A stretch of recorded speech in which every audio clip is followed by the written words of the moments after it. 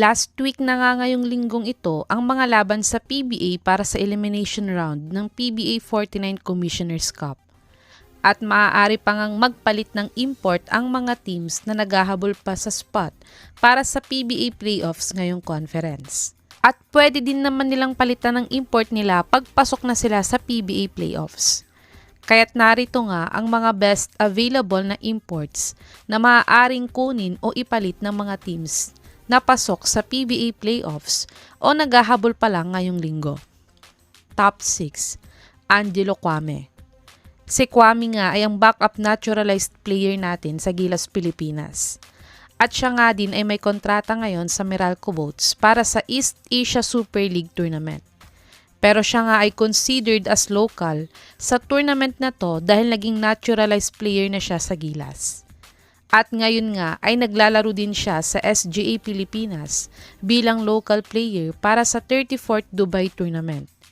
Ngunit siya nga ay naghayag sa isang interview na kahit busy nga daw ang kanyang basketball schedule ngayon, ay open pa din daw siyang maglaro sa PBA ngayong conference kung may gusto daw kumuha sa kanya bilang import. Si Kwame ay nag-average ng 7.3 points, 6.8 rebounds, 0.5 assist, 0.3 steals, 1 block, 48 field goal percentage at 75% free throw shooter sa kanyang ongoing 2024-2025 East Asia Super League para sa Meralco Boats.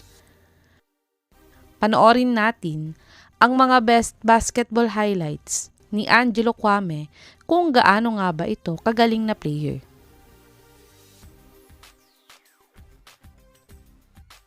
Top 5. Andre Blatch. Si Kuya Dre nga ay former naturalized player naman ng Gilas, Pilipinas. At isa nga siya sa mga naging best naturalized player ng Gilas dati. At pangarap din naman maglaro ni Kuya Dre dati sa PBA. Kaso nga lang ay may height limit pa to nang nasa may prime years pa siya sa paglalaro ng basketball. At ngayon nga ay nagbabalik siya sa SGA Pilipinas para nga daw sa unfinished business niya dito na makapag-champion sa Dubai Tournament. At sinabi nga ni Blatch sa isang panayam niya na baka ito na nga daw ang last stint niya sa paglalaro ng basketball dahil magre-retiro na daw siya pagkatapos ng tournament na to. Dahil makikita namang out of shape na talaga ang katawan ni Kuya Dre ngayon kumpara nang naglalaro pa siya para sa Gilas team. Pero baka kung may team sa PBA na mag-call up sa kanya ngayong no height limit sa import, ay baka mag-extend pa nga siya sa paglalaro ng basketball. Si Kuya Dre ay nag-average ng 10.5 points, 6.8 rebounds, 3.2 assists, 33% 3-point shooter at 60% free throw shooter sa kanyang 33rd Dubai Championship Tournament. Panoorin natin ang mga best game highlights ni Andre Blatch sa last 33rd Dubai Tournament kung kaya pa din ba niyang mag-import sa PBA ngayon. Top 4. Malachi Richardson. Si Richardson nga ay isang former NBA player at sinign siya ng Strong Group Athletics bilang isa sa 3 import nila para sa 34th Dubai Tournament. Pero ayon nga mismo kay Richardson, ay nais nga daw sana niyang maglaro sa PBA after ng SGA stint niya at sa Converge daw sana niya gustong mag-import kung sakali. At hindi naman ito malabong mangyari dahil under nga ng SGA ang Converge ngayon. Si Richardson ay nag-average ng 16 points, 5.2 rebounds, 1.7 assists, 0.9 steals, 37% 3-point shooter at 83% free throw shooter sa kanyang 2022-2023 Poland PLK season. Panoorin natin ang maikling basketball highlights ni Malachi Richardson kung gaano nga ba siya kagaling na player.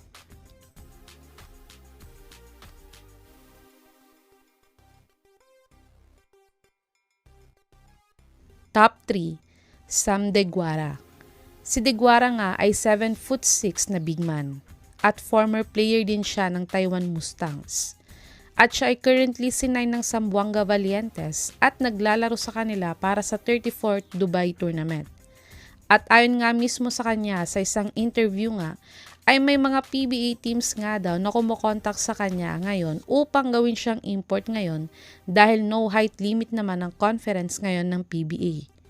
Pero wala nga siyang nabanggit kung anong team ang kumukuha sa kanya at ang gusto nga lang daw niya ay makaharap ang 8 times PBA MVP at superstar player ng SMB na si Junmer Fajardo kung matutuloy siyang gawing import sa PBA. Si Deguara ay nag-average ng 13.4 points, 11.6 rebounds, 1 assist, 0.4 steals, 56 field goal percentage, at 53% free throw shooter sa kanyang ongoing 2024-2025 East Asia Super League season. Panoorin natin ang mga best basketball highlights ng 7-footer na player na to kung pwede nga ba siyang mag-import sa PBA.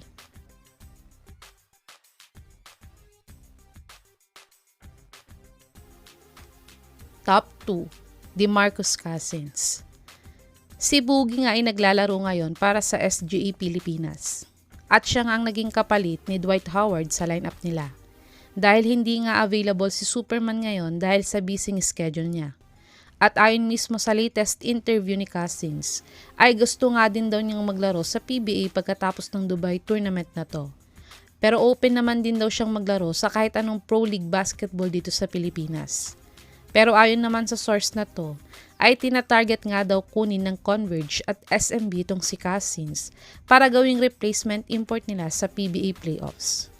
Uma-average si Boogie Cousins ng 21 points, 13 rebounds, 8 assists, 2 steals, 1 block, 33% 3-point shooter at 78% free throw shooter sa 2024 The Asian Tournament para sa Zamboanga Valientes.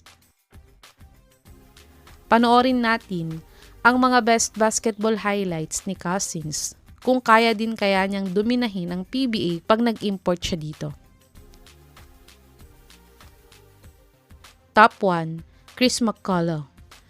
Si C-Mac nga ang original import sana ng Converge this Commissioner's Cup. Kaso nga lang, ay nauna nga siyang nakapag-sign sa isang pro league sa Indonesia. Kaya't si Chuck Diallo nga ang kinuha ng Converge bilang import nila ngayong conference. Pero dahil nagka-injury ang isang import ng SGA na si Terry Larrier, ay biglaan ngang nag-sign sa SGA bilang replacement import ang 43rd William Jones Cup MVP na si Chris McCullough. At siya nga ngayon ang scoring leader ng SGA sa mga naging laro nila sa 34th Dubai Tournament. Kaya't kung matapos nga ang SGA stint niya, ay talagang madaming playoffs team nga sa PBA ang mag-i-inquire dito kay McCullough.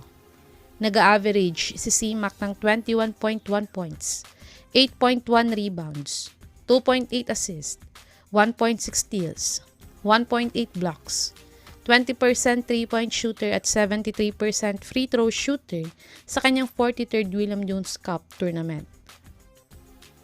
Panoorin natin ang counting game highlights ni McCullough sa Jones Cup kung gaano nga ba siya kagaling at napag-champion niya ang SGA dito.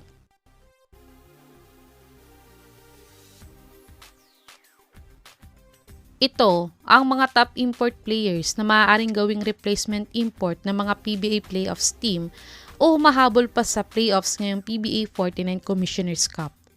Sa tingin niyo mga kababos, sino sa mga imports na to ang mas makakatulong sa mga playoffs team ngayon sa PBA?